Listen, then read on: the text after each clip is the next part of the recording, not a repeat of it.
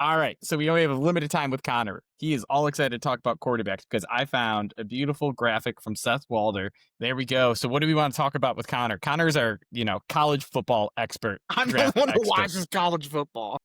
That makes you the played expert. college football almost. I understand that, but like, Anyways, I saw this. It got me excited. One, Browns are number 4, and I see some messages on like, hey, the Browns blew that game by going for it. I love the Browns losing because it doesn't push them up the rankings, right? And here, it's a lot harder to trade up in the draft when you're pick 7 instead of pick 4. Anyways, looking at this, Connor, the reason I wanted to talk to you, draft order is here. Pretty much what we got, like 6 or 7 of these teams need a quarterback minimum. Like, it'll be and that's interesting. not a gap fill or a full-on replacement. So There's a how many stopgap rookies that are they're coming gonna into the league that are going to be valuable and Well, could here's- be guys? I absolutely. So there's 3 guys that are like the top options for next year. If you look at them comparatively against, let's say, 2 drafts ago. So you had 6 guys go in the first. You had May, you had Caleb, you had JJ, you had Penix, you had Bo Nix, and you had Jaden Daniels. 4 of those guys hit. 4 out of 6. 3 out of 6, because Penix now with his broken knees is a problem. So let's say 3 out of those guys hit. All 3 of these guys would likely be around the Bo Nix, JJ McCarthy kind of raw prospect type of area. There is none of them. Ty Simpson, Alabama, Fernando Mendoza, Indiana, and Dante Moore, if he comes out from Oregon, are your top 3 guys. That's it. Those are the only guys that even sniff that, and they would not go again. They would likely not go in front of any of those 6 guys. And that's a great draft QB class. And you have a 50% hit rate on those guys. Fast forward here, you've got at least 2, 3, 4, 5, 8, and 10. 5 QB needy teams. Somebody is going to have to fall in love with these 3 guys. Dante Moore has the highest ceiling. Everyone believes the kid from Oregon. They don't know if he's going to come out, but his offensive coordinator just took the Kentucky head coaching job yesterday. So it's likely that he does come out. Only started 17 games in his entire career. Rawest, highest ceiling, but best athlete and very likely the most athletic. Fernando Mendoza from Indiana is more seen as like a Goff prototype or a, I don't know, CJ Stroud light type of player. Not very athletic, incredibly stable, but he's pinpoint accurate and more or less probably the smartest guy in the draft. Ty Simpson's a little bit of a mix of both. He's from Alabama. If you had to rank them, he's probably in between athleticism. Dante Moore's the most athletic. Fernando Mendoza's the least. But Ty Simpson is like a little bit like, I don't want to say quite like a processor like Bryce Young, but he's got a little bit stronger arm. He's a little bigger. So Bryce Young light.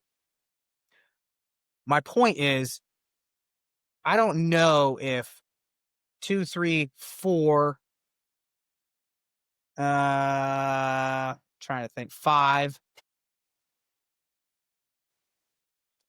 I don't know if anybody's going to try and trade up. This is going to be a game of chicken. If who's going to actually go try and trade up with Tennessee to try and either get to number 1 so that before the Raiders have to take a pick. But I don't see any of these guys being anywhere near like the 2020, 26, 24 draft class. So I think it's very hard to figure out what they're going to do. If you look at the next tier of quarterbacks that's available, you've got a bunch of options here. Who's going to take Kyler? Who's going to take Brissett? Who's going to take Cousins as a stopgap? Who's going to take Mariota as a stopgap? Who's going to take fill in the blank? Mac Jones is another big name. So right there, you've got guys that are proven with limited upside versus who is raw enough that you think can fill a gap here. So I'll pause there. You guys don't know anything about the college guys, but if you have any questions, I can tell you about them. My number one is so you said they were McCarthy, Bo Nix. Now those guys were 4-5 ranked ballpark, and they went 10 to 15 range. Do you think it's plausible that we get 3 in the top 5 this year? Because these teams really need quarterbacks badly. But are those guys good enough to be drafted there? I think you have to look at the offensive weapons and the offensive coordinator. We don't know the answer for either of those yet because Vegas going to get a clean slate likely at offensive coordinator. We don't know who's going to happen there, but they've got weapons. I don't know who's going to be there. So part of me thinks like, what's the best stable outcome for a young quarterback? Vegas isn't it. New Orleans, Kellen Moore, I would say that they pick someone. I don't think Kellen wants a stopgap. I think New Orleans goes for one this year. Vegas is a wild card. New Orleans does. So let's just say this. Yeah. You think 3 quarterbacks will go in the top 10, barring a, terrible pro day offseason kind of thing? Yep. At this moment. All right. Not Ken, number you can ask one, your though. Questions. Not number one unless somebody goes up and gets someone's trading up. That's it. Some guy's going to stand out like Cam Ward did, and they're going to go. Someone's going to run up to them and say, Tennessee will give you 2 firsts and a third or something. Yeah. Frito go in the top 10. Gonna say recent history has definitely shown that somebody's going to trade up and overpay for that number 1 pick for the quarterback they like. I mean, that's just what's happened. I mean, pretty much for the last 10 years. Yeah. Dante Moore doesn't come up. It's going to be 2 in the top 10. I'm not even sure any of these guys will go. Unless somebody falls in love. I got a question just about the whole NCAA, essentially scout process. Preseason, I mean, the list was entirely different and it was supposedly 100%. A really good year. So how do you view the people that just fell? Drew Aller was a high one. Then obviously everyone loves Arch Manning. I think that's really, even preseason was more just a name than anything. But Cade Klubnik, was it Garrett? Was Nussmeier? Yeah. So you got Klubnik, Nussmeier. This was supposed to be the draft to pick a quarterback. Exactly. And everyone fell off the map. And I think you have to look at, more and more with the recent misses, I think the number of starts is mattering way more. Fernando Mendoza started 2 years at Cal before he started a year at Indiana. He's played something like 30 plus games. I think just the amount of reps with that. J.J. McCarthy basically saw 15 and a half games, 17 games or whatever you want to call it in college. I think he had 20 total. You know who else had 11 games, maybe less? Anthony Richardson. Only saw defenses on a real pace at college level for 11 games. Dante Moore has only started for 17 games. How much risk do you guys want to take on with the recent misses? I think you got to look at who is picking at where. I don't think that Vegas has the history of choosing a good, correct quarterback. I think they would be one to drop out. I do think that Kellen Moore thinks that starts would be important. I would look at Mendoza going to New Orleans. I would maybe look at Mendoza going to your Browns. But I got to figure out what in the world is going on with Stefanski first. Is he gone? I don't know. All right. So, message that I got. 3 QBs. You really shouldn't be ecstatic you get any. Would you be happier with Cam Ward last year? I would be happier with Cam Ward, but it's close because Cam is super raw. He has a better live arm. He has the best arm out of all of them. Cam just has some funky things that go on with his mechanics. But I would say upside and number of starts, Cam Ward started basically for 5 years. He was at Incarnate Word. He was at Washington State, and then he was finally at Miami. Saw a bunch of games. I would take him over all 3 of these guys. All right, perfect. So Ken, this is more where you're going to be. And Connor, this is kind of what you were alluding to right before we got on, is do you want to swing for the home run quarterback, where you get your guy and pretty much your life revolves around is Patrick Mahomes perfect. And we're seeing right now, this is his first year. He's not perfect late in the game, and the Chiefs are a borderline bubble playoff team. Or do you want to try to build ground up and just build a fantastic roster? I was thinking about this, and I know, Connor, you just saw something on it where it's like, hey, teams that are successful right now, they don't have good quarterbacks. You said Bears and Jags. So, Ken, before Connor and I start yelling, we'll let you get your opinion in first. Well, be clear. They are good quarter. They have good head coaches. Their quarterback play is mediocre right now, but they're so you build a really good team. Yeah.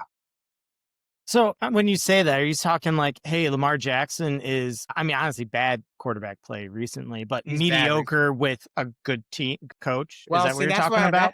They're not successful. They're 6-5, man. Phil's, whatever. This is truly looking at, Phil's got a loaded question in here that's not correctly stacking stated. the deck. You're stacking the deck so bad. The question is, would you rather have an elite head coach or an elite quarterback? That is not what Phil asked whatsoever. So I'll take the mediocre quarterback play of Josh Allen, Pat Mahomes, and Lamar Jackson. I'll take those. All right. So you're sitting there. You're the Browns, right? Do you want one of these crap guys that Connor's talking about, or do you want to try to get something functioning around your great? So I was just looking up, and from that list that you had, the most QB sacks this year, like Titans at 48, Raiders at 46, Vikings at 43, and Cardinals at 42. No surprise, those are 4 of the top 10. Jets are next at 41. And then the Browns just really aren't up there because Dylan Gabriel doesn't hold on to the ball long enough for that. He just dumps it off quicker. Sanders will shoot him up. Shoots it into the ground. He's working on it. That's what he does. But point being, especially with what we've seen this year, I am a bit more on the side of I want to get a quarterback, especially if there's no people that I think are absolutely like stand out. I mean, it's all about how you value that quarterback. But if you're just jumping up to grab a quarterback and like you're saying, this is a mediocre class, I'm much more on the side of, hey, get at least some like playable offensive tackles, get a wide receiver that can actually get open or separation first, and then you can go get your mediocre quarterback. Well, so let me add the context of which the article was written was getting wins. Okay. Which is, it is more important now to have an elite head coach that can manufacture wins to keep their job, to keep the franchise going, whatever, than it is to struggle through an elite quarterback with a bad head coach. Because basically they're trying to say the marginal wins that you'll get for an elite head coach is much higher than the marginal wins that you would get from a quarterback winning. Patrick Mahomes is showing that this year. And my examples to be the former are Brock Purdy, Trevor Lawrence, Caleb Williams, are all guys that are 8-4, 9-3, whatever you want, going to be in the playoffs. They all have mediocre stat lines this year. All 3 of those guys are not playing necessarily very well. Say whatever you want about, talking about specifically from stats. I'd like you to exclude Brock Purdy from this. The coaches are making decisions. He was hurt too much. For them to win games. Would you say coaches are winning those games or not? I would say please exclude Brock Purdy from this conversation. Why? Why? Because I don't want to put him in the same category as Caleb Williams and Trevor Lawrence. The 49ers don't have legs on their team, and they have like a top 5 offense statistically. Don't group them in. Okay. I'm just saying, but your guys are making my point. Is that the head coach or is that the quarterback? So would you rather have Kyle Shanahan or Brock Purdy? So would you have, okay, I like what you're saying with the wins. I'm just going to throw one more thing in there. And I know, I'm sorry, we just keep being tangential here, but the top 4 teams in the NFL by standings right now, New England 11-2, Denver 10-2, Chicago at 9-3, Rams at 9-3, and then I'm going to throw Seattle at 9-3. Perfect. You're making my case. I love it. Of those 5, I only think one of those has a chance to win the Super Bowl. I'm not taking the Don't Patriots. Move the goalposts. We're talking about wins here. We're not talking about Super Bowl winners. But are we talking okay. You need both to win a Super Bowl. So, all right. Are you talking about regular season wins? Because I don't care about those. I'm talking about making playoffs. Right? That's the whole point, right? You got to make playoffs. Let me add some context here because this actually came up big in the Browns discussion of specifically Gabriel and Sanders. Gabriel is a much better floor raiser. And what I mean by that is he will not make as many mistakes. And that's why analytics love him. In every Browns chat, they're like, why is he's up here on the charts and Sanders is way down here? And then Sanders is definitely a better ceiling raiser. He will make more spectacular plays, but also shoot you in the foot more. So the Jameis Winston quality. What Ken is asking and what Connor is asking is, Connor, it sounds like you are on the side. I want the coach. I want to guarantee my team's winning 7 games this year just because of him. And Ken, you're like, I don't care if I win 7 games if I can't win the Super Bowl. Is that a fair contextual point? I think that those teams with the better quarterbacks will win in the playoffs. And I think that that's more important. And I don't know if I disagree you have to get there, sure. But I will take Josh Allen as a wild card team once the playoffs come around than New England with home field advantage. I don't know. Because here's I want to know, Connor, you have not given an opinion. You've just yelled at us every time we said something. So I want to know what your thought is. He's clearly on the side against us. I don't know what you're talking about. My general thoughts are every single one of those guys has elite talent with them and can do what you're saying if they get into the playoffs. This whole idea of if they put it all together, we can go on a run. Drake May, Bo Nix, Sam Darnold, they got to put it all together. But to get to the dance, coaches are making decisions despite them. They are making decisions to get to the dance and then hope and pray that that person gets them in and does the things and everything aligns. Because there's a lot of luck when you get to the playoffs too. You just got to get to the dance. Eli Manning. Yep. Exactly. Eli Manning is a perfect example of Eli was not really elite at anything. Yes, he had he hit a hot streak multiple times and everything aligned. But Tom Coughlin made decisions throughout the year to get them there. I'm saying of the groups that you just said that are 11-2, 9-4, whatever, I heard one elite quarterback in there. That was Drake May. Oh, I'm talking Matt Stafford. hey, Matt Stafford. All right, Matt Stafford. 1.5. I love what Drake May's doing. I'm not throwing him in as elite. No, I agree. We have talked about elite too much to throw Drake May in there. But we're talking about like Drake May is no T. Higgins. But think about it. Caleb Williams on his statistics alone is like not very good on anything. Accurate passes, catchable balls, EPA.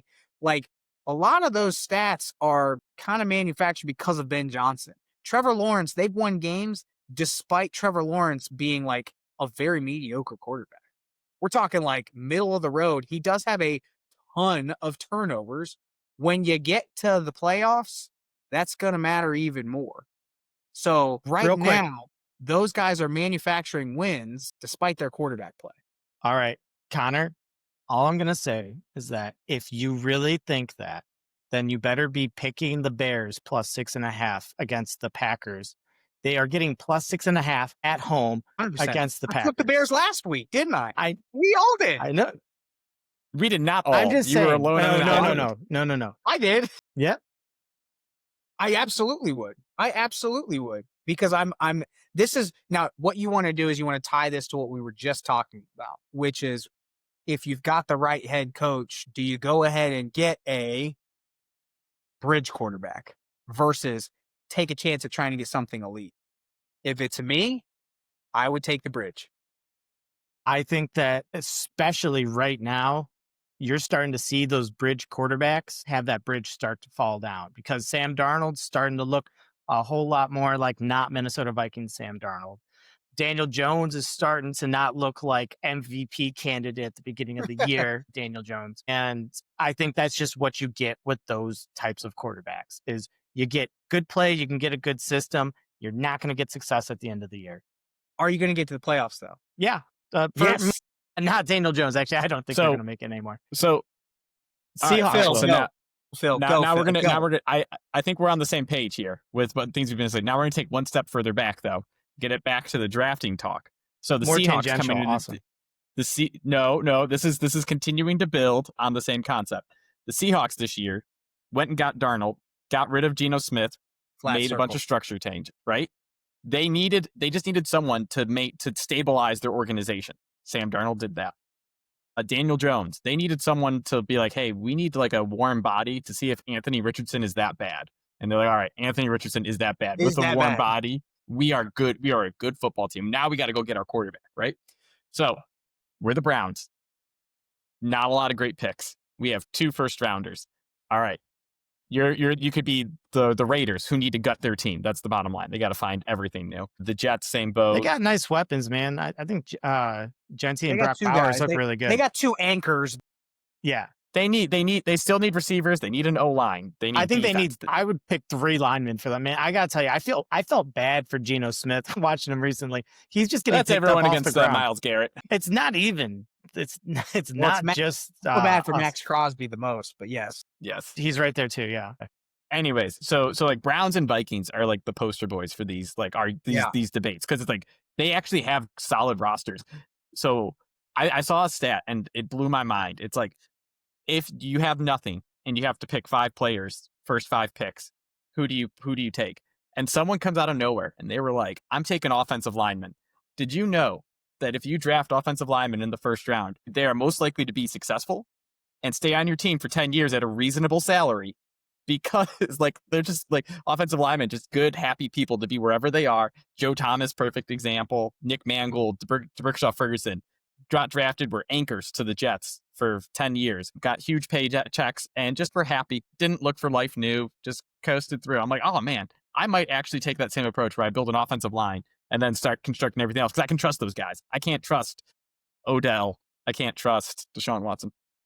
My MVP quarterback, he demanded out. It's a great example in addition to the fact that he's a predator. You are literally the statistician out of all of us.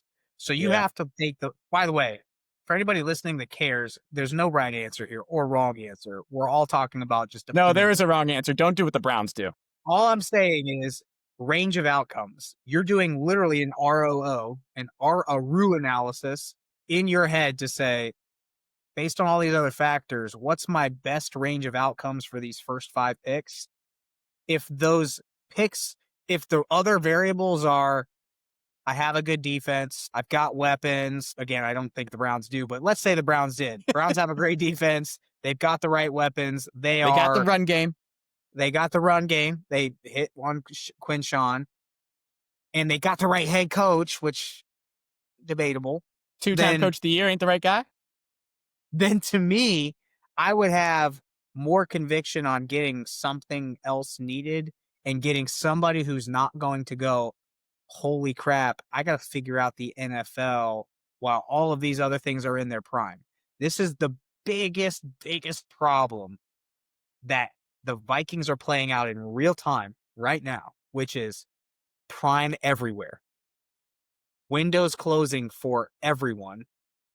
Their defense is actually really good, and they took the opposite approach, which is, I know this is recency bias, but they said all the dude has to do is drive and not crash the car.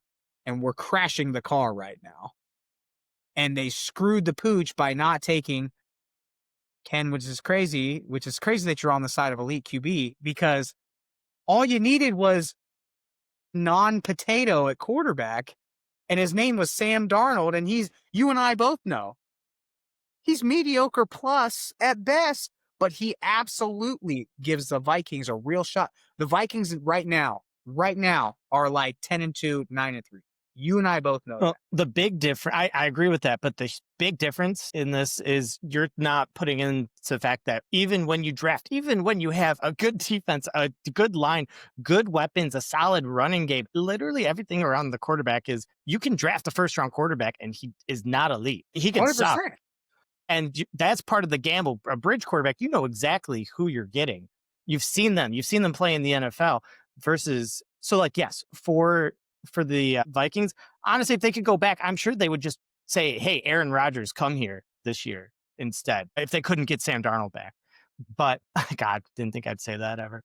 But Sam Darnold or Aaron Rodgers, or who you Daniel taking? Jones. Yeah. Or Daniel freaking Jones. I Who's know. also somehow. I still think that somebody's going to want to go to Minnesota because they'll be like, wow, that is a great situation, guys. You know, like, I don't think they're going to have a hard time getting it. I wouldn't draft a quarterback if I was And them. then what Ken's saying is once they get that bridge guy with this elite talent all around him, he's going to place bet after bet after bet against them next year because they don't have that guy at quarterback. You guys are making my point. You guys are making all of those are coaches' things, are they not? We just said the coach is the one that will help them win the game. Make the decisions. I mean, we also gave him a very, very good roster with a crap quarterback. Yeah. And also, Kellen Moore's a please great stop coach. He ain't winning throwing games. the Browns in with the Vikings. It is not the same. We have a very good defense and nothing on the other side of the ball. We have Quinton Judkins and 2 above-average tight ends. That is what we have. All right, here we go. I got 2 teams that I think do this well. The Saints, as of right now, I think have a good coach. I think Kellen Moore has been good. I agree. Like a quality. Because Phil, you mentioned this before and all the times we talked. If you look at the offensive metrics, take out wins and losses. It's not a quarterback stat. I don't give a shit what anybody says. Crap. Sorry, bad word. I don't care what anybody says. Take out the wins and losses. He is doing what he is supposed to do with the offense. And if he gets what in his mind is the right fit, he should take him. And because in his mind, he gets a bridge year, if you will, as a first year with a dumpster fire. He already knows, proven enough that I'm good at coaching. I should go take a young quarterback and mold him in there and say, all I have to do is coach him well, because I coached Tyler Shuck and Spencer Rattler to some movable offenses. Hey, if you're not including wins and losses in there, Spencer Rattler with the metric was actually a pretty good quarterback. I know Phil mentioned that. Just all right. So are you guys? You're picking a franchise. You're just taking them. Saints or Bengals? I can guarantee the Bengals will only have a good quarterback. They will not spend aggressively. They will not make aggressive moves. And Zach Taylor probably isn't going anywhere because Joe Burrow is going to save his career over and over and over again. Bengals making the playoffs. Book it plus 850 right now. Okay, but so those are the 2 teams. You get to be a Bengal or you get to be the Saints. You get the elite quarterback carrying the team, or you got a coach and you got to go figure out the roster. They're 3 years apart in their build, so just remember that. But there's a third element here that you're totally missing, which is the cap problem. Yeah, I was going to say, that's why I said they're 3 years apart in their build. I'm not telling you. It's like, but this is what you get 5 years into what the Bengals look like with just an elite quarterback. They have an average coach. They have a bad front office, right? I think most front offices end up being poor. Or you get to be the Saints, who actually, I think, have made good front office moves. They just are currently in cap hell due to the pushing the Drew Brees era as far as it could go. And then Derek Carr saying, dude, I'm out. So if I'm a team, I would, to Connor's point, I think I'd rather have the Saints. And it's like, all right, I know the Bengals. I love the Bengals. They're going to have years. They're the best team and competing for a Super Bowl, like, because Joe Burrow's killing it, 45 touchdowns, 10 interceptions or something. I think the Saints will have a better organization as time goes on. I mean, you're really just saying that you just don't like the Bengals front office and they don't spend money and they don't care about a defense. That's really what you're saying. Is like, do you want that, or do you want a stable organization that makes better decisions? That's really what you're asking. I think the stable organization makes the better decision on the coach. I think everyone would say that. You get more opportunities at a coach than you do a quarterback. The quarterback, you have to make an investment, and it's a 3-year. Why is everyone penalty. fighting me on this? I just said that the coach is more important than the quarterback. Connor, I just stamped. I'm talking more front office. Saint. I just stamped that with you. I agree. I'm just saying that argument isn't quarterback; it's front office. There, sorry. That's how bad the Bengals front office is. Goalposts, moving. Yep. All right. So let's just do a hindsight test on this. Last like 25 years, who's won Super Bowls, right? You've either had to hit on one of the best 3 quarterbacks in the game, Brady, Manning, Mahomes, or Stafford. Yeah, like I said, one of the best 3 quarterbacks in the game. Or actually, no, Stafford's a good point of you needed to hit the perfect coach and office system, right? Where it just all synced up. I don't see it as binary like that. I think you have to have, if you look at it as purely last 25 years, it's quarterback and head coach. They did a bunch of stuff in New England without a good front office. Tom Brady and Bill Belichick won a bunch of stuff in a bunch of games. Take out Randy Moss. Do you know who he was throwing to in like whatever Super Bowl 36, which was like Deion Branch, MVP. Welker, Deion Branch, and Brandon LaFell? Or so. Don't tell me they did. Those are some awesome names, man. Those guys are great.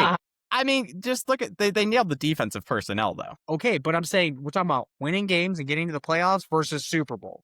You're moving it again to say Super Bowl. Super Bowl, you need both. I think you're making a strong argument to make the playoffs. And then you could be Tomlin. You're just talking about Tomlin now. Or do you want to be Tomlin? Guess what? The only time he won a Super Bowl was with Ben Roethlisberger. I agree, but you know how long he's had he's had 20 years worth of coaching too. So he's literally been to the playoffs every time. And I agree with you on that. But whatever the end goal to win. Do you hear the Steelers yelling fire Tomlin? I said like 5 years ago they need to get rid of him. But I'm saying he's making the playoffs. What's wrong with that? But that's what you wanted, right? Is that the end goal to the question? Is the end goal of the question is win games and win, which means get you into the playoffs? I want a head coach. I want to lead head coach. Okay. All right. I would agree with that. If I want a Super Bowl, you need both, not one. I'm saying you need both, not one. In the win now roster, keep my head coaching job, keep my roster, keep my franchise afloat. It's about winning games with the illusion that you're going to get to the Super Bowl. That is what that means, which means I got to keep my coach there. But to win a Super Bowl, you need both. We're talking about timing on when to get the quarterback that you are questioning or hoping is elite. You need both, though. But that timing and getting that good quarterback is very, very hard. I think it's... Sure. Yeah, so... Patrick Mahomes was drafted number 16 or 17. Was it 11, 12? I don't know. I can't remember. Middle round. Okay. Let's call it middle round of round one. He was 10 and 20. He was. But I understand. He was not taken in the top 10. They somehow had. By the way, they just won the playoff game with Alex Smith. No, they just lost 21-18. No. What was that? Like 18-14, where the Steelers didn't score a touchdown and they kicked 7 or 8 field goals. That was the game they lost when they drafted Patrick Mahomes. Okay. Okay, he was the 10th overall pick. So there you go. So he was barely in it, but he was not a top 5 pick.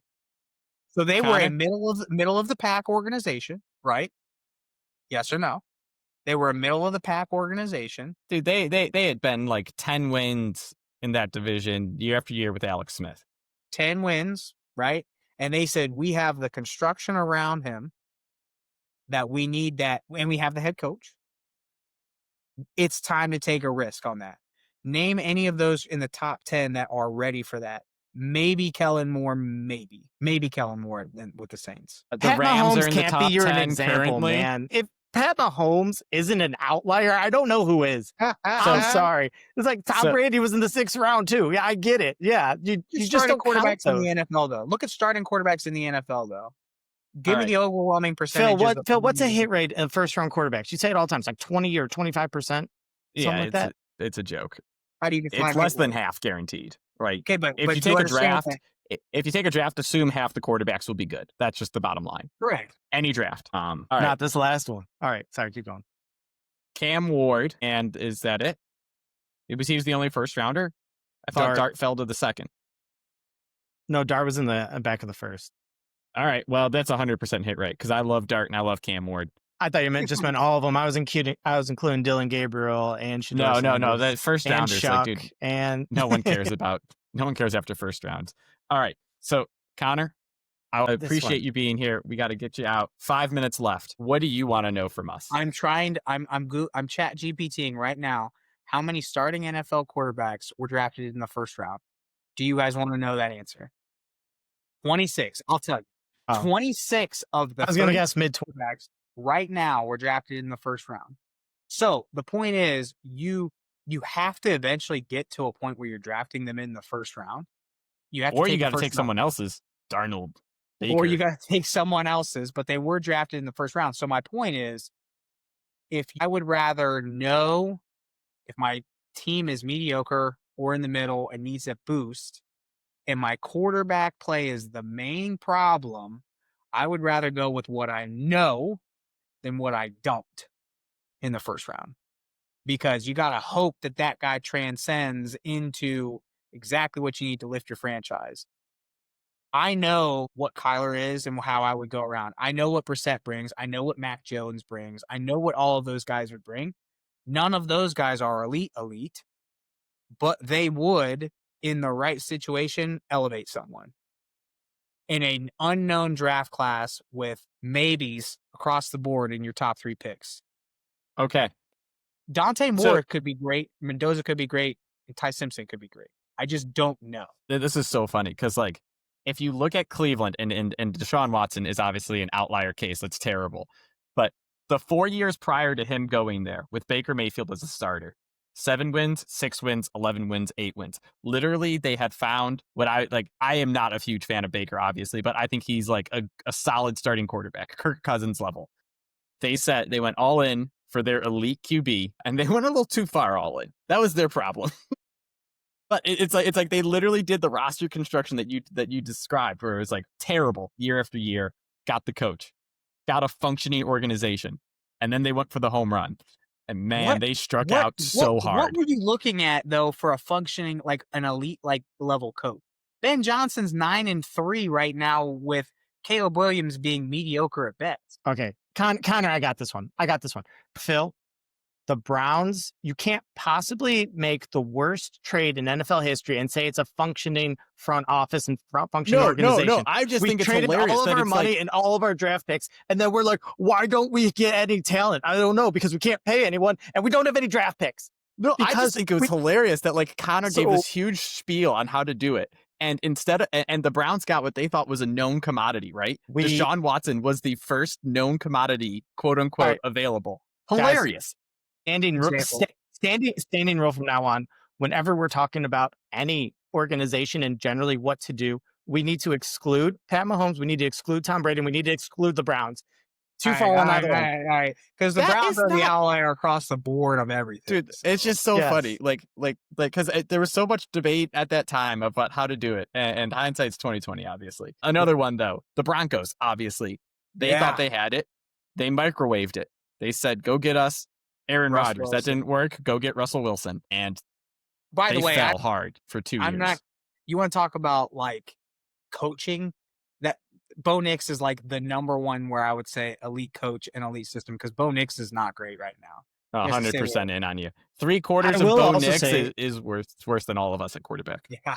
I will also say there's a huge difference in bridge quarterbacks. When you're bridge quarterback moving from team to team, you kind of get to decide where you go. And I can tell you that the bridge quarterbacks the Browns get aren't the same at the bridge quarterback that the Vikings get. So once again, when you're talking about that, it's not the same. Like, if we get Mac Jones, it's because we're overpaying him with the money we don't have. Sounds right now, as crazy as it sounds, with the history of what the Browns do, I say you got to swing and you got to hope one of those guys hits.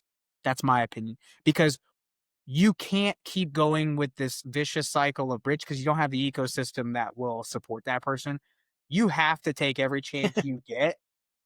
I would take a swing at Dante Moore. I would take a swing at Fernando Mendoza and hope that they are elite, because you don't have the ecosystem around them, at least in the history, to say, I can use a Jacoby Brissett. This is so funny because, like, I feel like we have all, depending on the organization, flip-flopped on, I would take the elite quarterback. I would take the good coach. I have. Right? No. I've definitely done that, which I'm realizing. Except Browns. Browns are like... No, even not kind of the Browns. But it's true, though, because, like, the Seahawks situation is way different than the Vikings situation, which is way different than the Raiders situation. Yeah, it is super unique. And I think that's a huge thing we're missing. It's not just bridge or draft, because, I am flip-flopping on that, but I think it's because those are very important details. I also saw that some of my buddies were like, Kyler Murray, Browns? I was like, oh, no. Tiny Murray running around in the snow next year. But he can run away from people getting at him, because the people will be in the backfield. So we need someone that can run. I will say we are already building an offense for Dylan Gabriel, and Kyler Murray looks down to Dylan Gabriel. I will say Kyler Murray is a huge boost up from Dylan Gabriel. Physical upgrade. I think he's 3 inches taller. Yeah, I would 100. If I'm the Browns, I'll say this as I got to sign off. I would take a shot on Dante Moore. That would be my punch. My punch. Okay, I need you for 2 more minutes. I got one more for him. All right, that's fine. All right, no, you go first, and then I'll go. All right. Dante Moore, Kyler Murray, Mac Jones. Which is the best one? I'm telling you, I would. Now, you also have to trade probably a pick or two to move up if you're the Browns. For Dante. Yeah, and knowing the Browns, that would include 3 firsts and $250 million. They'd probably be like, or the Dallas Cowboys who are like, look, we have 2 first picks. We'll start out by giving you the better one. Yeah. Okay. Done. We have another one, but we want to keep that one. You get the better one. We're better at drafting late in the first. Who's your OC right now? Does he have a history of being solid? He's new. Was he from Alabama last year? Oh, that's right. He is Tommy Reese. You guys have Tommy Reese. Who people have liked him so far, but that's just because Shador made a couple of plays in the last 2 games. When I say a couple, I mean a couple. Literally 2 plays. I like Tommy Reese because he's been at the college level. He's not like a decade in or 15 or 20 years in trying to explain to a college kid how to restart and go in the NFL. I think he's young enough that you could have a Joe Brady kind of Josh Allen connection with him. So I would say I would still take Dante. Kyler's set in his ways. You got to build the offense around him. I wouldn't do that. Mac Jones, I think you'd be stuck in the 500-ish range forever. I would start and hope that but you need. I'm all in now the 500 range, man, for the Browns. I'm all in. I would take, with my second pick, I would take a hell of a wide receiver. This is a very good wide receiver class, by the way. Honestly, for the Browns, twice. I'm not against taking 2 awesome wide receivers. No, I think we just wait for whoever gets the first 2 felonies, and we'll sign them when they become available. Quinn, I would 100%. I would absolutely take whoever I think is best. In my opinion, would be Dante. Whoever Tommy Reese thinks is best. I'm more on the side of Mendoza and Dante Moore, and then Ty Simpson. So hopefully you guys don't find Ty Simpson all that enticing, because I would take the other 2. And then I would go get Carnell Tate, or I would go get Mekhi Lemon, or I would go get. I'm not an Alabama QB kind of guy. I don't know, man. When you look this year at Tua and Hurts, dude, if you really look think at Bryce Young, every other team is amazing. Just look at every other one. Hey, how's Carolina doing? Dude, well, it was a good week for him. Not a bad. The Carolina Panthers. Real quick, the last question, literally because we're flip-flopping on our takes depending on team. What half of our listeners are Vikings fans.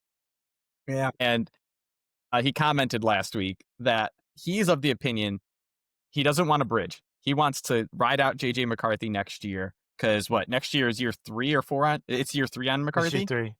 Yeah, year next 3? year will be year 3.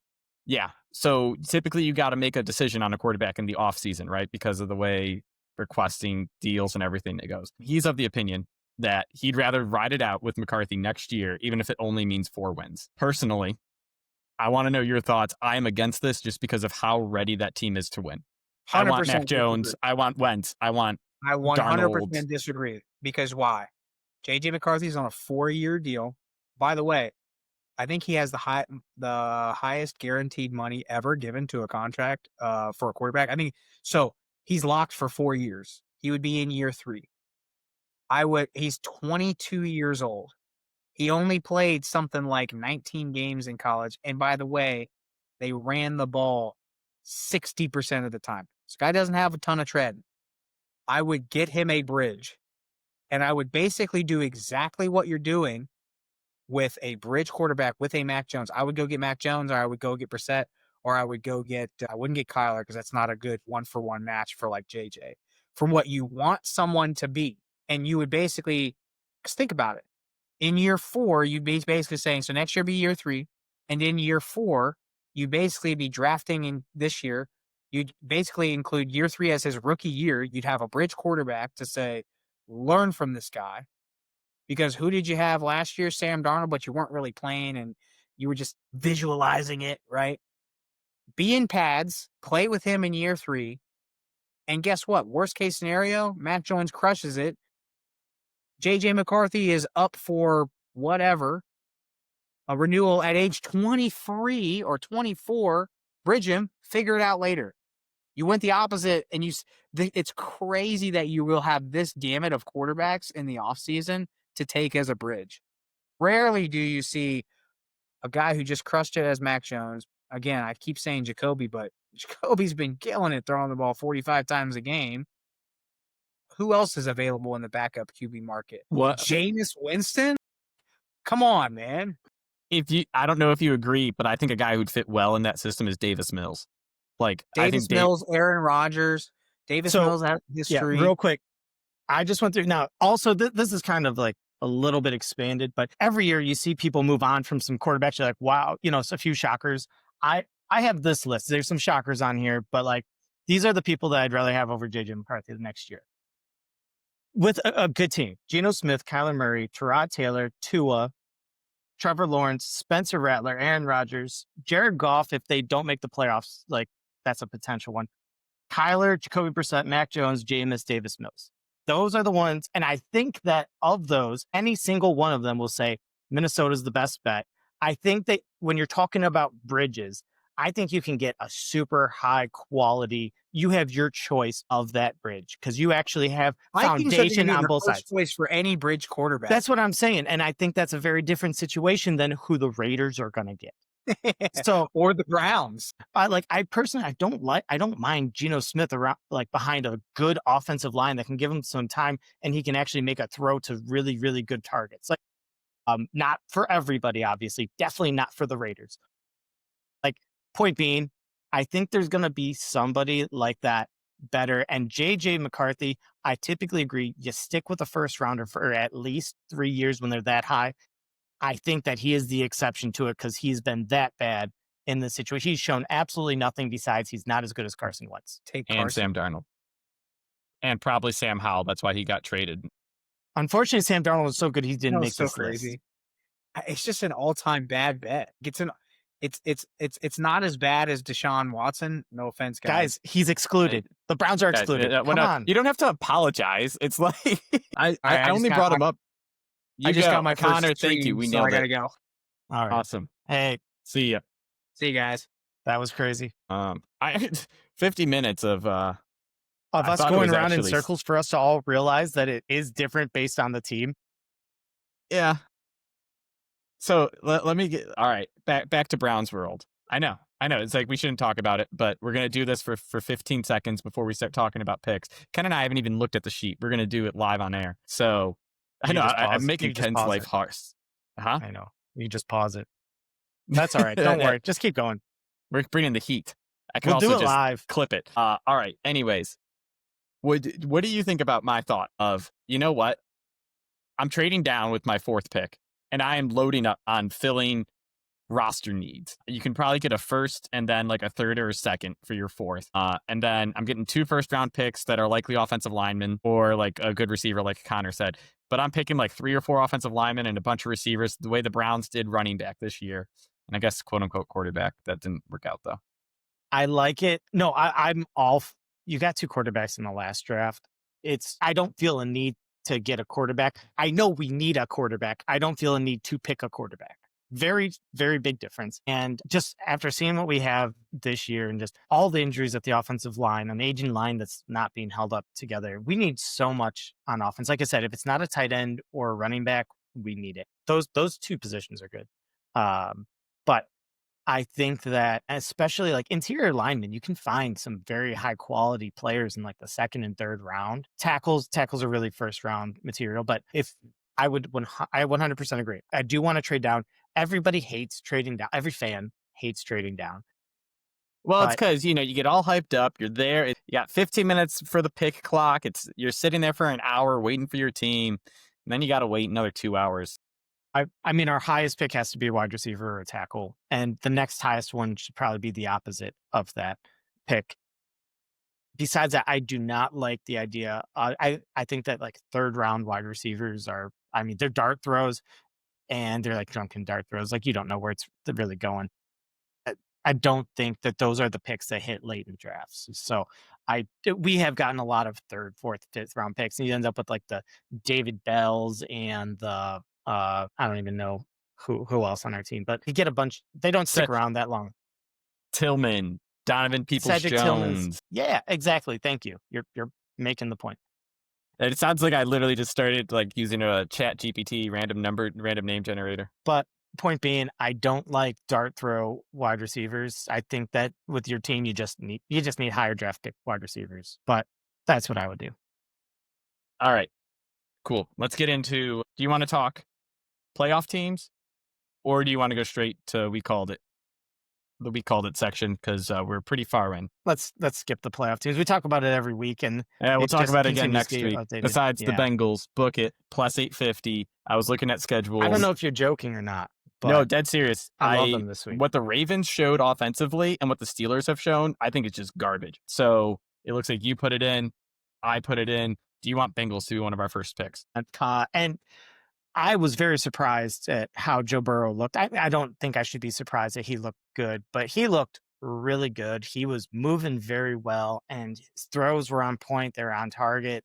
You know, there's no timing issues that you typically see with a delay, especially with a foot injury like that. Sometimes it's like the planting. Those are the throws that you actually see sailing overhead, and there was none of that whatsoever. And I don't know if you even noticed, but there's no T. Higgins either. He's expected to come back. He's in concussion protocol. T. Higgins, you know, everything's a little extra time, but they have a week and a half after their last games. Now, a lot of this is also fading the Bills. Now, the Bengals defense has looked better as of late. The Bills offense looks in disarray. They are definitely missing Dalton Kincaid. He had 2 limited practices last week. I think they really, really want him back. I just don't know how ready he'll be, especially with a hamstring injury. It does tend to delay like a 100% like productivity return, but they just need another spark on their offense. It's James Cook. I think he had a ridiculous amount of carries last week. Was it like 28 or was it in the 30s, something like that? And they're just like, listen, our team is running the ball to James Cook. And I think he might have been their leading receiver as well. So I think that they're definitely limited. Now, of course, Josh Allen can go put up 45 points in this game, but I think Joe Burrow will be able to keep up with them. I just think 5.5. I would really like it a lot better if it was 6.5. But that 5.5 is just too many points because I think the Bills, you're really just going based off of name and not how they've been doing recently. Yeah, that's 100% what I'm in on after that game last week. Noticed the same thing as you. Yeah, the Bills had a great offensive plan, scheme and plan. It was run the ball really freaking well. And I don't know if you noticed, but last week Derrick Henry couldn't do that very well. He did have a nice 2 plays, but in general, the Bengals did a solid job shutting him down. Now the Ravens should have had 2 more touchdowns, both passing though. Zay Flowers, that OPI was questionable, and then Isaiah Likely just being an idiot again. One of the famous fumbled at the goal line. He wasn't showboating, but got a hold on the ball. But the Steelers versus the Bills, I had the Bills last week, and that was not what I thought. They dominated, but it was more so an indictment on how I'd been talking against the Steelers than it was kudos to the Bills. I think if they're going to play that heavy into like just running the ball, I think the Bengals can absolutely just scheme up having too many guys at the line of scrimmage for it. And as I keep watching this Bills receiving core, it just gets worse and worse each week. Like Keon Coleman was thrown out for 2 weeks for, attitude or tardiness or whatever, off the field issues. They just brought in Brandon Cooks, but like Brandon Cooks has been a corpse for 2 years. He's not an answer. He's been all right with Dallas. He looked all right. It's just like, but he's been half of what he was. And now he's like now he's the number 1 and Gabe Davis. Yeah. I don't know who is then. Like I'm looking here, Gabe Davis, Khalil Shakir's their slot. Like I don't consider that a number 1. Okay. The number 1's the outside guy. Keon Coleman was it. It's not Shakir. It's not Davis. None of them are popping. DJ Turner has been an elite corner for whoever that the Bengals will have to deal with. So I'm just with you. I think Joe Burrow, too much swag. Like, and it sounds funny, but how many close games were there that the Bengals were choking? And I think they just come out and start finishing those games. Yeah. So we're both in on the Bengals. Yep, absolutely. What's your next nomination that I might shoot down? Next one, and this is just an AFC North like classic. Steelers and Ravens. Ravens -6, and that's just a big number for a divisional rivalry like this. But I'm just going under because I mean, we were talking. I was trying to get a good screenshot of Aaron Rodgers' arm, and we were joking about the club. And did you see it was actually a club that had just 4 nubs coming out of it that came from the pistol? He can't hand off to his left. Everything to his left was a pitch, and the Bills were like, "That's fine, we got this."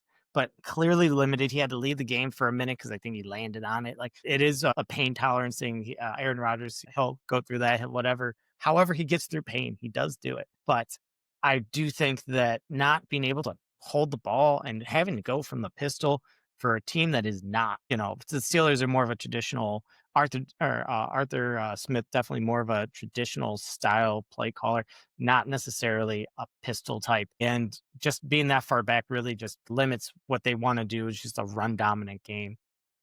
Plus, their offense really relies on having 4 tight ends. So, it's hard to play that from the gun. And the Ravens defense has definitely looked better recently. The Ravens offense has not looked good. Yes, you can run on the Steelers, and maybe this is the Derrick Henry, if he breaks off 3 40-yard runs, then we're probably in trouble with this over-under. But I like the under, 43.5. It's just they play tight games. I honestly thought when you didn't say the pick at the start of that.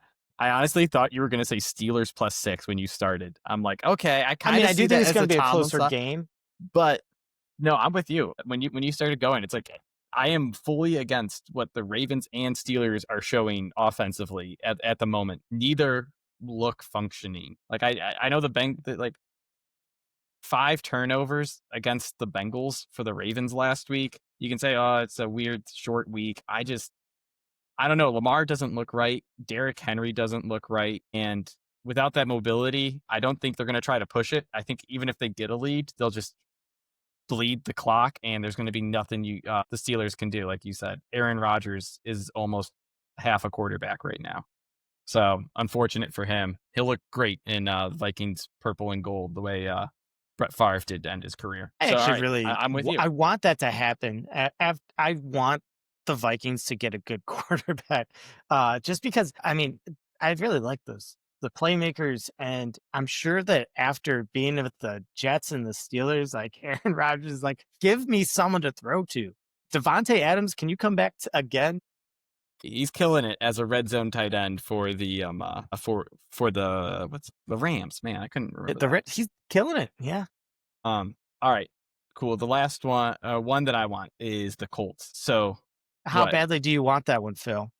I tell put it in. No, you tell everybody. You tell everyone what you did. I didn't look at yours. It was on my phone. I had it first, guys. I had it in the spreadsheet first. Yeah. I had it on my app. Anyways, so Jags 4-1 in their last 5 games. 2 of those games went to overtime. It was against the Cardinals and against the Raiders. The only team that they lost to was the Texans, and they do have that route of the Chargers, but who knows what that was. Like, weird games happen all the time. So I don't know. Last week, they only had 270 yards against the Titans, who don't have a great defense. I am just always happy to go against Trevor Lawrence, who any game can completely throw the ball away. I also think the Colts, they've been in a bit of a rut, but I do think they still have an excellent defense and they have an excellent run game. So they're just going to come out, do what teams should do, run the ball, and then let their defense sit and wait to jump a route against Trevor Lawrence and make a play so that their offense can turn it on. Alec Pierce has steadily become better and better as a deep threat. The only sad thing for the Colts is that Sauce Gardner is out for a couple weeks. I wish he was here to just truly shut down either Brian Thomas or Jacoby Myers, but the Colts defense was good without him. I actually picked up the Colts defense in fantasy for this matchup. So I am in. Colts bounce back after what's been a rough couple of weeks. Yeah, and a bit of it is I just think the Colts offense does bounce back a bit too. the Jaguars defense has been predominantly live and die by the turnover. And I don't think that they've been that good at like controlling the line and just, especially against this like Colts. Like, I mean, Jonathan Taylor is kind of due to go off again, but I do got to say, I just really like all of the receiving, like just the weapons on the Colts. I think preseason I mentioned it's like, hey, if you get decent quarterback play, like Michael Pittman Jr., I really like Josh Downs, Alec Pierce, Tyler Warren, Jonathan Taylor. Those are 5 really, really like, I mean, just above average, set of weapons there. So I do think that it's a lot more of like you said, a slower game. Don't let them don't throw any turnovers, don't throw any picks, and just let your offense and let Jonathan Taylor do his thing and let the Jaguars make mistakes. I couldn't agree more. All right. So that's 3. That's Bengals, Colts, under. I'm gonna just throw it out there, piggybacking off Connor on this one. I have Bears plus 6.5 also. The Packers, Jordan Love was way better than I thought he is. Like against the Lions on Thanksgiving. 2 absolute dimes to Dontavian Wicks and Christian Watson for 30-plus yard touchdowns, completely flipped that game and had the Lions reeling because they didn't have Amon-Ra St. Brown to like keep up offensively. And then the Bears, they just went against the Eagles, who Connor was hyping up as like one of the best defenses that we've seen in years. And they just lined up and ran the ball down their throat the way we've seen the Lions run in years past, thanks to Ben Johnson and his great scheme. They had 2 runners go for 120 plus, just completely controlled the line of scrimmage. And I know I mentioned it previously where it's like they put all their money into the passing game. Why aren't they using it? It's like, well, because they can do that. They can take their 7th rounder, actually 2 7th rounders, because I think they traded a 7th rounder for DeAndre Swift, and just come up, light it up on the ground. And then the Packers, Josh Jacobs looked, he was contained last week. The Bears have Jalen Johnson to match up on the outside. So I don't think their offense has as much pop, and just 6.5 is too much to be a road favorite. And I'm just not fully in on a Matt LaFleur style win being big like that. It's definitely a bad number. I think a lot of it is just the Lions. I think they played a pretty solid defensive game against the Eagles on primetime a couple of weeks ago, and people are like, oh, maybe this team's good. No. The defense is not good. And the Packers, they just exploited it. They exploited it like they have not done all year. And it's just one of those years that the Packers had the Lions number. Good for them. And the Packers, who no longer owns the Bears for them. So, this number is certainly disrespectful to the Bears. They number one team in the NFC. The number 1 team in the NFC and completely owned what everyone thought was the number 1 team in the NFC. And then 6.5 point underdogs at home. I hate so much that you guys have talked me into liking this Bears number. I just watch them and I just see the deficiencies of Caleb Williams. He cannot hit he cannot regularly hit like a narrow window and like just continue keep going, like getting 3rd down conversions with his arm regularly. He just doesn't do it. And honestly, their offense should be 1st down run, 2nd down run, 3rd down, Caleb bootleg, run for the 1st down. Yeah, it's pretty much it. But I love Colson Loveland. DJ Moore, we talk about him in the chat a bit, but like Roma Dunze at the beginning of the year is like, hey, this guy's making the next step. And he's really good. They can't get him the ball. And it's so tough to watch. It is pretty miserable. Their defense is just way better than I thought it would be. And when I say that, I don't think it's good defense. I think they make opportunistic plays. It's a Dennis Allen classic. Yeah. Anyways. All right. So I like the Bears. I'm not going to pick it, but I like the Bears too. All right. I'm going to go that way. I'll let you think. I'm not picking this game, but I am so excited to watch it. Cowboys Lions Thursday Night Football. I don't know if that's going to be 50-50 or if that's going to be like a blowout, or I just don't know what's going to happen. And I'm excited to see the Cowboys. George Pickens, it's all over everywhere, is hands down like the best 3rd round pick anyone could have, right? Of 1,200 yards, looking like a rival 1A to CeeDee Lamb, who has been hurt obviously this year, but they have not missed a beat thanks to George Pickens. And then the Lions, I hope Sun God's playing. Obviously, short week after getting hurt. We will see. But I don't know. I just want to watch. Can't wait. It's one of those times, like a Thursday night's actually going to be good football. Yeah, and they both got a week to prep. They both played last Thursday. But it's one of those, hey, Dan Campbell coming off of a tough loss. Usually he, rounds everybody up and people get back on track with him. But I don't think I don't think he's a very good play caller. And when he took over play calling, because things like need to happen, and then you see like David Montgomery still getting tons of carries, and when they're losing, it's frustrating, especially when you have Jahmyr Gibbs on your fantasy team. But they're missing playmakers. They're missing Sam Ford. They're missing Amon-Ra St. Brown. The Cowboys' defense has looked good. They've played 2 really good games recently against the Chiefs and the Eagles.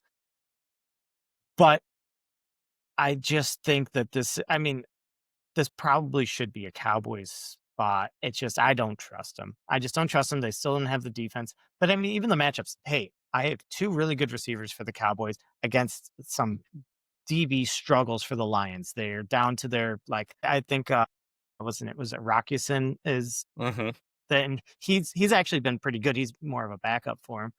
But I think he's like a second stringer and they're down to like a 4th stringer on the other side or whatever it is. They've just been injured all year in their secondary. It should be a easy attack for the Cowboys. It really should. But I'm just not going to bet against Dan Campbell. I know. Dan Campbell at home. That's got to mean something at some point. Yeah. And I'd love to bet the over. And there are a few games like, I'd love to bet the over. Oh, it's 53.5. 53.5. I'm not betting 30 to 24. All right. You have any takes on any other games? I have one, but it's like I don't want to talk about it. It's kind of depressing. No, there were a few games I was like, great. I'm so pumped to grab the Rams after that loss. And they really played a better game than the Panthers, but it doesn't matter because they lost. And then I saw the number is 8.5 against the Cardinals. And the Cardinals, they lose every game by less than 4, pretty much. So I think it's going to be, the Cardinals' offenses look good, but the Rams have been able to get after the quarterback, and that's what Jacoby Brissett doesn't do so well. I think they're going to win. I just don't. 8.5 is just a big number. Between that and like the Lions at over at 53.5, I was so excited to pick those, and then I saw the numbers come on. I'm like, so all right. I lean that way. I'm not going to pick it. So Chargers at Eagles is one I'm just sad. I don't think you'll know better. Is Justin Herbert going to play? Is this a pain tolerance thing in his left hand? Is he going to be club number 2? I don't. So wrist versus hand is very different. With I believe it's his is a 4th digit on his non-throwing hand is broken, and it's a digit that they put a screw in on the distal, the further aspect of the finger. So the big difference is he's not going to have as much difficulty grasping as Aaron Rodgers. So he should be able to actually hand off the opposite way. It's certainly not going to be. Did you see the the cast that they put on it mid-game? It looked, honestly, it looked ridiculous. Like the guy from Always Sunny who has the fake hand on. It's what it looked like. Just a giant paw. Yeah, just humongous, and clearly it's like he just couldn't use that hand. I think it'll be better. It is a pain tolerance thing. I do think that he's playing. I was like, great, I'm excited to take it. And then I saw the line, and it's like plus 2.5. It's like they knew he was playing the whole time. Yeah, I get scared of paying outside against a good offensive line, against a good defensive line when your offensive line is bad. It's like you're going to be miserable. That Jags game where they just completely got destroyed on the just what the Eagles just got destroyed on the lines both ways. I think that you're going to see that scene. I think they're going to try to do that to the Chargers, and I think they're going to be able to. I don't know about offensively. Maybe the under. I've seen the Eagles offense. It's all 5 plays. The Eagles offense with the under is not a bad thing. It depends how many touchdowns A.J. Brown can score in the 4th quarter. So first of all, I work with people from Philly. They're hilarious when it comes to sports. They make Cleveland look completely sane and rational. And I sent the guy a message that I work with, and he's been texting me. He's like, dude, OC Vitula better not see me in the streets. And then I sent him the, someone, vandalized Vitula's house over the weekend. And I'm like, do I have to report you as a suspect? He's like, no, but I wish these people would have asked me to go with them. So anyways, the game, my depressing take, Vikings at Commanders. I don't know who's quarterback for the Vikings, but if you can get Commanders near money line, like, why wouldn't you take that? I feel like that is an absolute bargain to have. So I'm going to have to look at that more. But Max Brosmer, that was atrocious. He had a Brandon Whedon, a Carson Wentz level pick six. He's getting rough. tackled on 4th down and just throws it to the defense for a 90-yard touchdown return. So absolutely worst plays. Justin Jefferson, he's going to be fuming. So that's one that I might pick up later in the week after I have a chance to delve in. I saw that Jaden Daniels has a chance to play, which is funky. I mean, dislocated a non-throwing elbow. I think he's going to have the funkiest brace on that that arm. Not that it's going to matter too much, but I mean, Marcus Mariota's looked pretty passable in their offense. It's just tough. I mean, it's just an ugly game against two teams that just are, well, one's injury riddled, one's QB riddled, and I don't know. I don't like putting the Vikings up against like Jaden Daniels coming back first week. So I still respect Brian Flores and their defense. All right. Let's say you just threw in another one. Chiefs at Texans under 41.5. I had this marked as like the game I can't miss because both of these teams badly need to win. Chiefs more so. Chiefs can't lose a game, or otherwise they're not making the playoffs. Especially this game, what team that would be competing with them for a wild card spot. And the Texans, they got a little bit of wiggle room because of how many divisional games they have left, but they don't got much. And the Texans, I've seen people on Twitter say, you go through and you look, what's the best unit of anyone? They say the Texans defense is playing the best football of any unit in the NFL right now. And it's really hard to argue with how well they played. So under 41.5 kind of makes sense. Yeah, 41.5 is a small number for a Pat Mahomes led team, but I think that just between I think the Chiefs defense is respectable, and you don't need to be that respectable to slow down the Texans.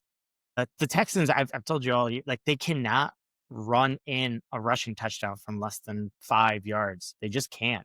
Like, I mean, they have the worst like red zone goal to go offense I've ever seen. They had to do some like reverse to Nico and it got blown up. He just made like a freak play to score his 1-yard touchdown. I've never seen a team like try. There was one game, I think they had like 8 plays from within the 3 and they got 0 points out of them. The Buccaneers, I bet on them that game. Yeah. And it's just, I mean, they're just complete lack of a run game. And Steve Spagnuolo is going to be like, okay, we can stop Nico Collins and Jane Higgins. I mean, their passing game has improved so much throughout the year that they're a contender now, but it's 100% based on, I think this Houston defense can slow down Pat Mahomes, because Pat Mahomes does not look that great. And this defense has looked that good. I mean, they made Josh Allen look silly. They just stopped. Who did they play this week? The Colts. I mean, that's not as impressive, but it was if it was 3 weeks ago. Yeah, exactly. But I just think it's going to be a low-scoring, stupid game. I think it's going to be a dumb score, like 19-13 or something crazy like that. Yeah, this seems like a game where the Chiefs are going to get the ball into like within the 30 4 or 5 times, and they're going to kick field goals every time. And so go for it a couple times and miss it. Yeah. Yeah. I don't know. I would bet on it, but these teams both of these teams have burned me with turnovers at really bad times. So I'm just going to stay away. But to be honest, that's like the end of the interesting games. Falcons at Seahawks. Seahawks blow away. So Falcons and Seahawks. I mean, you could just see this Seattle. Is that right? Is it at Seattle or is it at Atlanta? And the thing's messed up. Because so I could just see this defense completely destroying the Falcons. And that's just it. Like, Kirk Cousins has played a few crappy defenses since he's come back. And they scored like 20, or did they score 24 points this past week? And I just think the Seattle Seahawks are going to be like, man, just thank you for giving us, what's his name? Max Brosmer. Yeah, Max Brosmer, and then a Kirk Cousins who can't move. I think they're just going to get completely destroyed. I mean, I kind of like the under in that one, but I think that you might get some junk time, and this might be a like 28 to 10 game. I don't even know, man. I kind of like Seattle.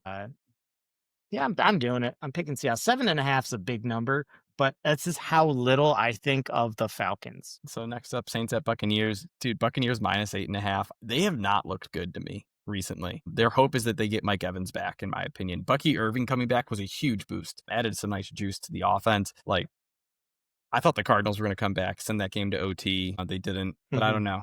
Baker Mayfield playing hurt, always a worry for me. Yeah.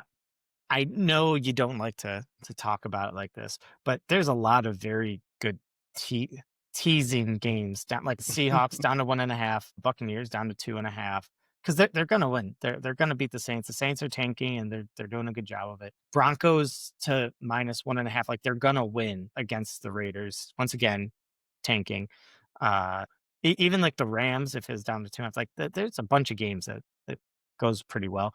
But the number's just too big. And you're right. Like Baker, I know what Baker looks like with a hurt left shoulder. Man, tore Cleveland apart. No, I Still does. Yeah, I saw the Jalen McMillan's starting to play again, and they're like, oh, that like spinal contusion in your neck, it's getting better. I'm like, okay, if he plays, awesome. If he doesn't, I get it. Browns at Titans. Yeah, I got not watching. Is that bad? Like I'm at the point where there's no interest. I don't want like Myles Garrett's gonna get 6 sacks. The worst part about it is that it's another 25-mile-an-hour wind game for Shador. Like they're just gonna keep hearing more and more excuses on him. I know Phil hates QBR, but I think it's like a good dummy stat. Like, Shador's was like it's from 0 to 100, and average is supposed to be 50, and his numbers have been 8 and 16 so far. Hey, doubled. He does that 5 times, gonna be top 100. But it's gonna be an ugly game, and 33.5. Like the Browns defense, I think the Browns defense when they played Tennessee last year scored 14 points. So that's the hope. Yeah, so you might see the Browns defense score 14 more points. We'll see. I don't know. Just remember, number two ranked quarterback versus number 1 ranked quarterback, both getting play time here going into the draft. Jets at Dolphins. Dude, I can't believe the Dolphins are only 2.5 point favorites, and I am staying away. The Jets have looked surprisingly spunky. It's at New York too, so Dolphins coming up playing.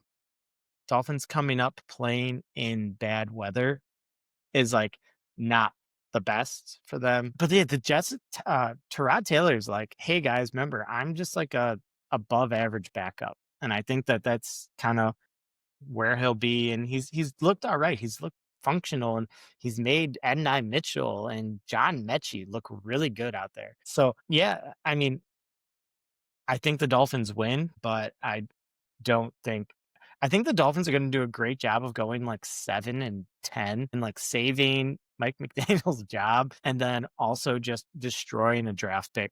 That's all. I think the Browns did when they made the playoffs with Joe Flacco. Raiders at Broncos is our last game. Like this, all I got to say is the Raiders aren't a real football team at the moment, bottom line. And then the Broncos, congratulations, you get to be tied with the Patriots for the first spot going into next week. So nothing of interest, nothing to say. Broncos extremely disappointing against the Commanders. They should have stomped them. They're 10-2. Huh? I've never seen a more unimpressive 10-2 team. Yeah, you have. What was it? Was that the it was the Vikings? Oh no, was it the Giants? No, it had to be like the Giants were like 6-0 one year with Daniel Jones or something. It wasn't 10-2. 12 games right. in, yeah. All right, real quick. Since week 2, the Broncos, they lost by 1, then they lost by 3. They killed the Bengals by 25. Then they won by 4-2-1, 20 against the Cowboys before they went on their crazy run. 3-3-3-1. So like, how can you say that they're gonna win by 7.5? And then I go, it's the Raiders, and I go, well, I don't think that the Raiders might not score 7. So it's just going to be, you talk about not watchable. They're 10-2, and I still do not watch. No respect for Bo Nix. I don't know. No, it's bad. I will be betting heavily against them in the first round of the playoffs that they play. I don't care what it is. I just can't buy them as a real football team. Their defense is fantastic. Good for that. Defense is great. Their offense and their run game still solid, even with just RJ Harvey instead of J.K. Dobbins, which I don't see much of a difference in terms of capability. Mm-hmm. And then, I'm just going to go watch Bo Nix airmail passes for 3 quarters and then drop a complete dime as he's getting tackled in the second quarter for a touchdown.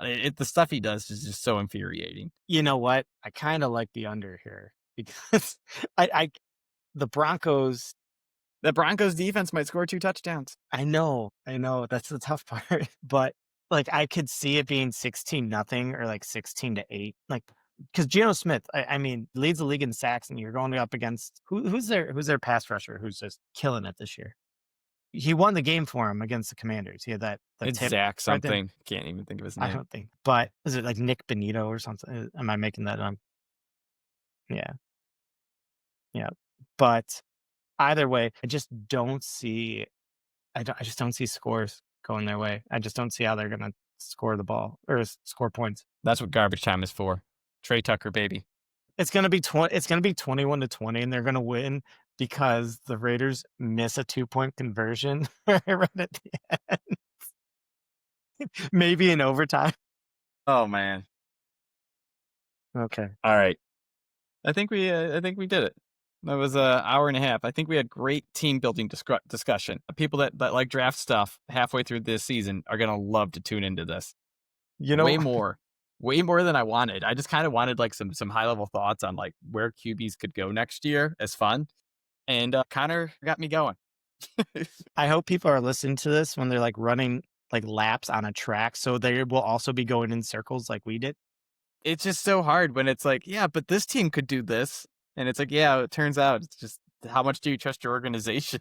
Yeah, I'm glad that it took us 50 minutes to get to, hey, it depends on the team. We ended with concrete decisions, though. Mm-hmm. That is Bengals, Colts under 43.5, and Steelers at Ravens, if that's the right matchup.